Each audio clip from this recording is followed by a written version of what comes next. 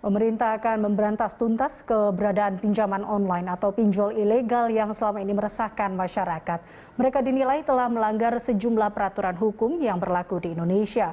Sementara bagi masyarakat yang sudah terlanjur meminjam dana dari pinjol ilegal, pemerintah mengimbau agar mereka tak perlu membayar pinjaman itu dan segera melapor ke polisi jika ada intimidasi dari pihak pinjol.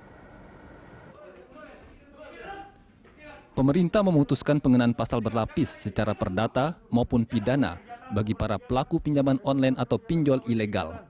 Menteri Koordinator Bidang Politik, Hukum dan Keamanan, Menko Polhukam Mahfud MD menyatakan para pelaku pinjol ilegal akan dikenakan ancaman hukuman atas tindakan pemerasan, perbuatan tidak menyenangkan, Undang-Undang ITE, dan perlindungan konsumen. Bahkan Mahfud juga mengimbau agar para pemohon dana yang telah menggunakan jasa pinjol ilegal untuk tidak membayar pinjaman mereka, meski adanya penagihan.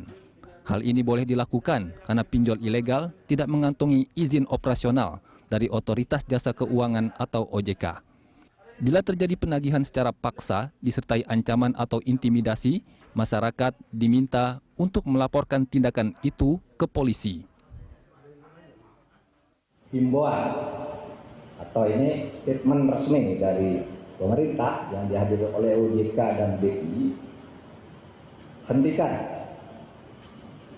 hentikan penyelenggaraan pinjol ilegal ini.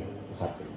Yang kedua, kepada mereka yang sudah terlanjur menjadi korban, jangan membayar. Kalau karena tidak membayar, lalu ada yang tidak terima, diteror, lapor ke kantor polisi terdekat. Polisi akan memberikan perlindungan.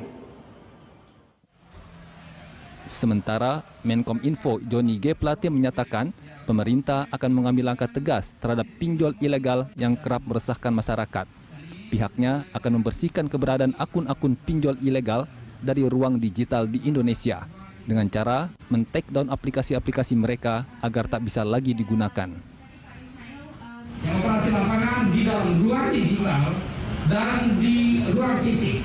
Dan ruang digital oleh Kominfo akan terus membersihkan seluruh pinjaman online ilegal yang terdaftar di dalam ruang digital, yang berada di dalam ruang digital di semua platform digital.